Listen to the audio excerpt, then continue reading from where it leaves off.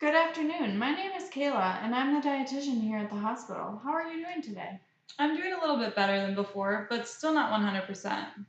That's good to hear that you are starting to feel better. My notes here say that you were admitted to the hospital with acute hyperglycemia and diagnosed with severe dehydration as a result of high blood sugar levels. Tell me a little bit more about yourself and what brings you here.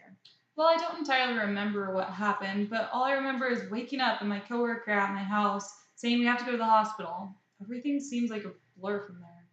That must have been scary. Tell me about your current job. I'm currently a consultant for the military company, as I used to be in the military.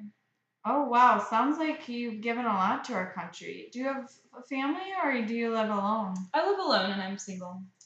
What about your family history? Is there anything that I should know about? My father had hypertension and my mother has type 2 diabetes. I see here from my notes that you as well have type 2 diabetes and that you were diagnosed about a year ago, as well as you have some trouble with hypertension. Am I seeing that correctly? Yes, you are. What about medications? Are you on any medications for those conditions? Yeah, I'm currently on glyburide, metformin, and diazide. I don't usually take my diabetic medications regularly because they don't make me feel good, but usually I take my medications for my blood pressure and cholesterol. Do you think that could have any effect on what happened in your episode? Yeah, but I'm not totally sure. So tell me more about this episode that you've been experiencing these symptoms a lot, or have you felt like this before? Yeah, I've just been tired and kind of foggy. As of recent, I've been vomiting for the last 12 to 8 hours and just can't keep anything down. I don't know exactly the reason for it, but maybe food poisoning? Well, let's talk about your diet. What have you eaten in the past 12 to 24 hours? Well, only sips of water. What about your usual intake? Do you follow any special diets? Oh, not really. I try not to add salt to my food, and I avoid high cholesterol and high dessert foods and desserts. All right, well, how about you walk me through a normal day? What do your meals normally consist of? Normally for breakfast, I'll have coffee with half and half. I'm just not usually hungry when I first get up. And then about mid morning, I normally have a bagel with some cream cheese and then 2 to 3 more cups of coffee. For lunch, normally I go to a restaurant, I get a sandwich, chips, and a diet soda. Then for dinner, I like to go out with friends. We usually choose Chinese, Mexican, or Thai, but if I stay home, I have grilled chicken, beef, salad, potatoes, rice. Oh, sounds like you like to be social with your friends. So, about your dietary intake, do you have any concerns about your weight or do you know what your current weight is? I'm 200 pounds, I think. Do you know what your current height is? I'm about 5'9". Have you ever heard of something called your body mass index? I have not. Well, it's a value that you come up with after calculating your numbers based on height and weight. This value will tell you if you're underweight, normal weight, overweight, or obese. You have a BMI of 31, and your height being 6'3" and 214 pounds. This classifies you as being slightly obese. Does this concern you at all? I've noticed some weight gain, but I guess it doesn't really bother me too much. Otherwise, my doctor would have said something. Well, obesity can be very dangerous, especially with conditions of which you have diabetes and hypertension. Also, something that concerns us is your blood work. You have a lot of altered lab values, such as your sodium, your BUN, your creatinine, glucose, phosphate, osmolality, cholesterol, triglycerides, your hemoglobin A1C, your white blood cell count, and hematocrit. Those altered lab values are indicating some dehydration and some problems going on. But the major one I want to focus on right now is your glucose. Your glucose levels are 1524 and the normal range is 70 to 110. I believe this is why you had your episode. Well, what do I do about that to fix the problem? Well, let's first come up with a diagnosis. I believe that there's a food and nutrition related knowledge deficit related to eating highly processed foods, not taking your diabetes medication, and having high carbohydrate diet as evidenced by your glucose of 1524, your BMI of 31, and your usual diet intake recall. There are some things we can do to fix this. Yeah, how would we fix this issue? Well, first we need to get you hydrated and get your blood sugar levels under control. So we are going to have you do no food by mouth for 12 hours. We will check to see how you are doing, and then we will advance to clear liquids once your vomiting has stopped. And what does clear liquids mean? So clear liquids are things that are like fruit juices, jello, popsicles, soup broth, plain water, and clear sodas such as ginger ale and Sprite. Things that are easy to keep down. That's all I can have?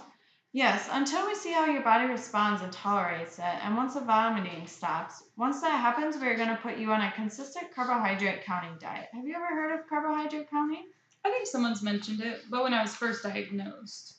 Great. Well, we are going to go over it again so you understand it better. Carbohydrates are what control your blood sugar levels. Carbs are found in potatoes, yams, beans, breads, cereals, fruits, vegetables, pastas, milk, yogurt, sweets, and more. So the diet we're going to give you will allow you 20 carb choices per day. Here's a handout to explain more. Okay. And what does 20 choices mean? So at each meal, you will receive 5 carb choices. Here's a handout that explains what one carbohydrate choice is. For example, one slice of bread is one choice. At each meal, you get 5 choices for this column. Okay. And so for 5 choices, I could have one slice of bread, an apple, 1 cup of milk, one small baked potato, and then half cup of no sugar added ice cream. That is correct. That is what you follow for every meal of the day to keep your blood sugar steady. Here are some more handouts that is a meal planning sheet that helps you plan out your carb choices. How confident are you with this information? Well, I kind of remember my last dietitian talking to me about this. I think it would help more though if I just took my medications every day. I just don't like how they feel. That is great. You realize that taking your medications is super important. This is what is going to help control your blood sugar levels. Are you willing to try to take your medications more regularly? This will make you feel so much better and help your health out tremendously. I think I need to make some changes, and I'm gonna try to be more regular about my medications. Also, how do you feel about making other lifestyle changes, such as changes in your diet or adding exercise? Ooh, what do you mean diet changes? Maybe things such as instead of doing chips, maybe doing fruit, or instead of getting a soda, getting lemonade. This involves making healthier choices to promote maybe some weight loss. I think I'd be open to being healthier if I knew it would benefit my health. I also want to try to maybe start doing some physical activity. Do you think that's a good idea? I think that's a great idea. I think introducing 30 minutes of physical activity 3 to 5 times a week would be a great start. Do you think this is manageable? I think 3 days a week would be manageable. So, after talking about some of the solutions, on a scale of 1 to 10, how likely do you think you are to change? With 1 not being ready to make any changes, and 10 being I am very ready to make a lot of lifestyle changes. I'd say I'm a 7. Why would you say a 7 instead of any other number? I guess I'm just scared since that episode happened, and I think that changes are in order to get my health better.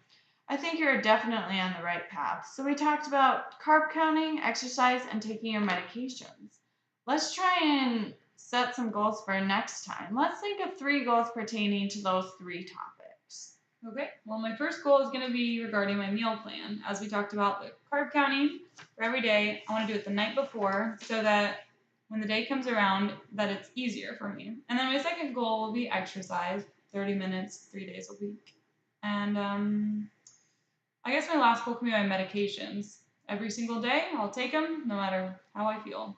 Those are great goals, and definitely think some of them, or that all of them, are very attainable and manageable for you.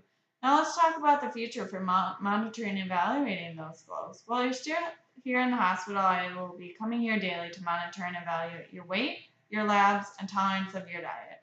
I'll be checking your blood glucose levels for sure to make sure the medications you are receiving are helping you. That sounds good to me. What happens after that?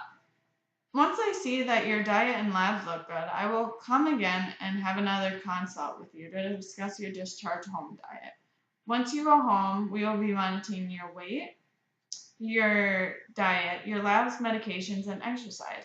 But for now, let's just focus on getting you better and tolerating food. How does that sound? Do you have any questions? Nope, I don't think so. Thank you very much. You're welcome. I will be following up with you tomorrow. Get some rest. Thank you.